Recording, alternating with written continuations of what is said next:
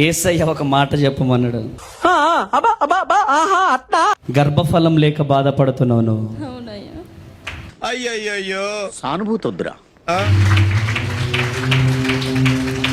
కొట్టాల గట్టిగా చెప్పట్లో, కొట్టాల గట్టిగా బిగరగా. చిచ్చి, గర్భఫలం లేక బాధపడుతున్నావు నువ్వు. అవునా?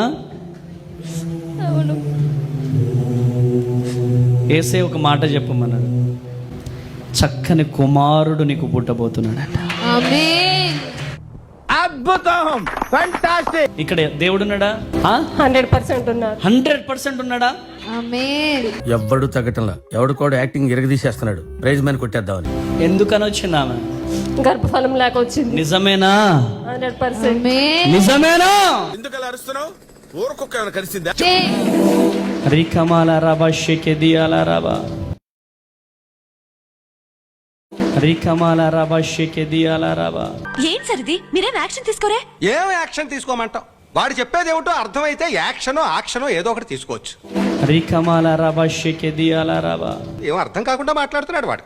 వాడు చెప్పేది ఏమిటో నీకు క్లియర్ గా అర్థమైతే నువ్వు నాకు చెప్పు, నేను వాడి మీద యాక్షన్ తీసుకుంటాను, నువ్వు చూసుకుందు గాని.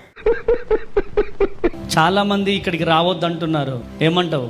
అసలు అది నిజంగా అది చెప్పాలి. అలాంటి దౌర్భాగ్యాలు ఎలా చూసి ఇంకా నమ్మలేకపోతే వాళ్ళ దురదృష్టం అది.